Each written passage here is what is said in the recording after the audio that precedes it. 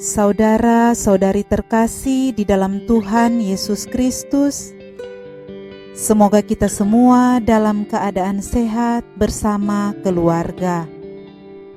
Saat ini marilah kita mendengarkan bacaan kitab suci dan renungan harian Rabu 12 Agustus tahun 2020.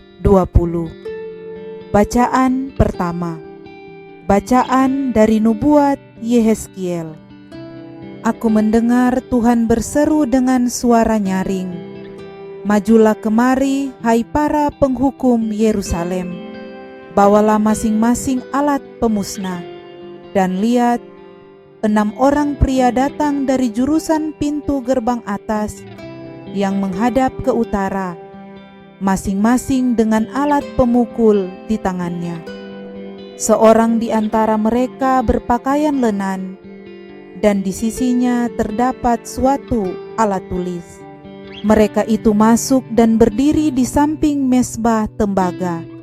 Pada saat itu, kemuliaan Allah Israel sudah terangkat dari atas kerub, tempatnya semula, ke atas ambang pintu bait suci.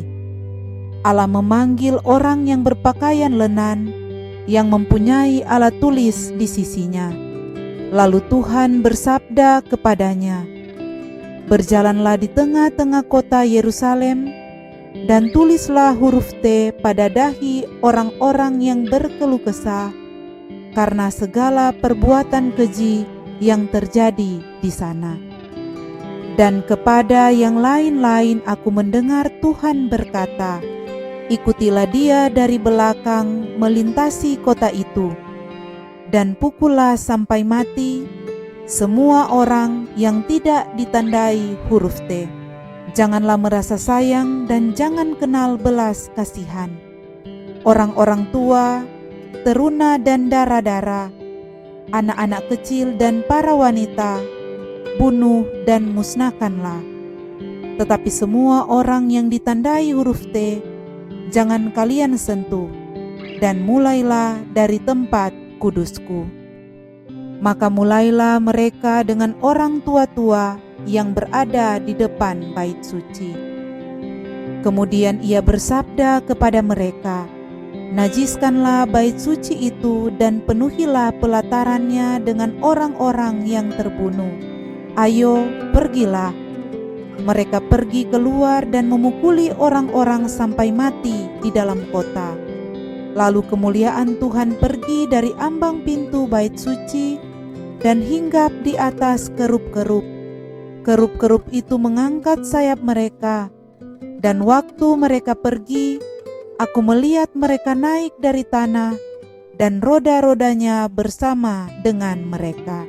Lalu mereka berhenti di dekat pintu gerbang rumah Tuhan di sebelah timur, sedang kemuliaan Allah Israel berada di atas mereka. Itulah makhluk-makhluk hidup yang dahulu kulihat di bawah Allah Israel di tepi sungai Kebar. Dan aku mengerti bahwa mereka adalah kerub-kerub. Masing-masing mempunyai 4 muka dan 4 sayap, dan di bawah sayap mereka ada bagian yang berbentuk tangan manusia. Kelihatannya muka mereka serupa dengan muka makhluk-makhluk yang kulihat di tepi sungai Kebar. Masing-masing berjalan lurus ke depan. Demikianlah sabda Tuhan. Syukur kepada Allah. Bacaan Injil. Inilah Injil Yesus Kristus menurut Matius. Dimuliakanlah Tuhan. Sekali peristiwa, Yesus bersabda kepada murid-muridnya, "Apabila saudaramu berbuat dosa, tegurlah dia di bawah 4 mata. Jika ia mendengarkan nasihatmu, engkau telah mendapatnya kembali. Jika ia tidak mendengarkan dikau, bawalah seorang atau 2 orang lain, supaya atas keterangan 2 atau 3 orang saksi, perkara itu tidak disangsikan. Jika ia tidak mau mendengarkan mereka, sampaikanlah soalnya kepada jemaat. Dan jika ia tidak mau juga mendengarkan jemaat, pandanglah dia sebagai orang yang tidak mengenal Allah atau seorang pemungut cukai. Aku berkata kepadamu, sungguh apa yang kalian ikat di dunia ini akan terikat di surga, dan apa yang kalian lepaskan di dunia ini akan terlepas di surga. Dan lagi aku berkata kepadamu, jika 2 orang di antaramu di dunia ini sepakat meminta apapun, permintaan mereka itu akan dikabulkan oleh Bapa-Ku yang di surga. Sebab di mana ada 2 atau 3 orang berkumpul demi nama-Ku, Aku hadir di tengah-tengah mereka. Demikianlah Injil Tuhan. Terpujilah Kristus. Saudara-saudari yang terkasih, renungan kita di saat ini diberi judul Hal Menasihati. Pada umumnya, manusia memiliki sifat atau kecenderungan untuk membincangkan keburukan orang lain di tempat tersembunyi dan malu untuk mengungkapkan pujian atas kebaikannya. Mungkin benar ada yang berkata begini, di mana 2 atau 3 orang berkumpul, di sana ada gosip yang siap dihembuskan. Apalagi dengan perkembangan dunia teknologi saat ini, keburukan dan kejelekan sesama dengan mudahnya dapat dibagi-bagikan. Sebaliknya, kebaikan dan keberhasilan tak sering diwartakan kepada sesama. Saudara-saudari terkasih, Tuhan Yesus dalam Injil hari ini memberikan pesan yang sangat jelas untuk kita, bahwa setiap keburukan yang dilakukan oleh sesama tidak boleh dijadikan cerita untuk dikisahkan kepada orang lain. Sebaliknya, yang perlu dilakukan adalah menegur dan menasihatinya. Memang tidak dapat disangkal bahwa hal menegur sesama kita adalah pekerjaan yang sulit. Ada banyak orang yang tidak mau menerima teguran, dan ada banyak teguran yang diberikan dengan cara yang tidak bijaksana. Misalnya langsung ditegur di muka umum, atau dalam kemarahan dan kepanasan hati dengan kata-kata yang terlalu kasar. Dalam Injil hari ini, Tuhan Yesus menunjukkan kepada kita jalan atau tahap yang harus dilakukan dalam menegur sesama yang bersalah. Tuhan Yesus secara khusus berbicara mengenai cara atau tahap menegur sesama atau saudara kita yang berdosa dengan tahapan-tahapan berikut. Yang pertama adalah pembicaraan secara pribadi, yang artinya kita menegur sesama kita di bawah 4 mata. Tahap yang kedua adalah pembicaraan di depan saksi, dan tahap yang ketiga adalah pembicaraan di depan jemaat. Tahap-tahap yang ditunjukkan oleh Tuhan Yesus ini bertujuan untuk mengajak orang Kristen yang berdosa kembali kepada jemaat, yaitu kembali kepada jalan yang benar. Kalau teguran itu sampai pada tahap terakhir, namun yang bersangkutan tidak menerimanya, maka ia dipandang sebagai orang yang tidak mengenal Allah.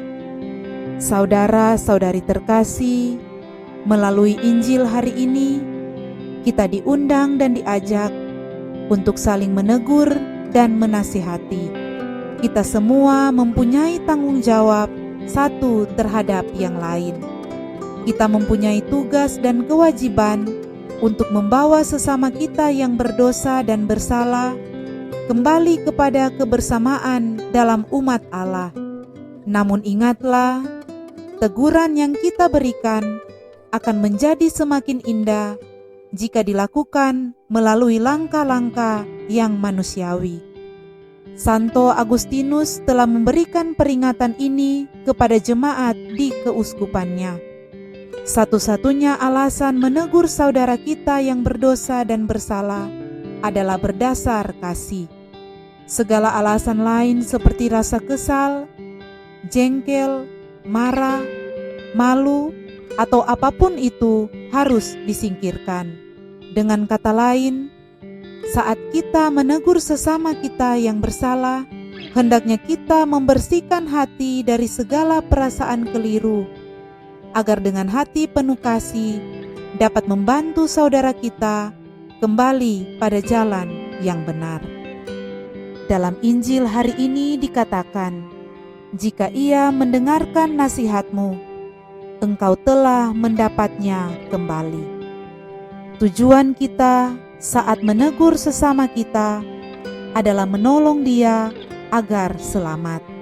Ibaratnya, saat kita melihat orang dalam bahaya tenggelam, kita tidak sampai hati melihat orang itu meninggal tenggelam, dan kita ingin menolongnya. Bila dirinya kita selamatkan, maka kita tidak hanya menolong satu orang itu saja, melainkan juga banyak orang lain, seperti anggota keluarganya, sahabat-sahabatnya, dan teman sekerjanya. Semoga melalui bacaan firman Tuhan pada hari ini membuka hati kita untuk makin menyadari akan tanggung jawab sosial kita, serta keselamatan sesama, dan akan rahasia cinta kasih Allah kepada dunia. Tugas kita adalah saling menasihati dan mengingatkan, serta saling mendoakan. Marilah kita selalu berdoa agar apa yang kita minta dari Bapa merupakan hal yang mendatangkan kebaikan bagi kita dan bagi sesama. Semoga demikian. Amin.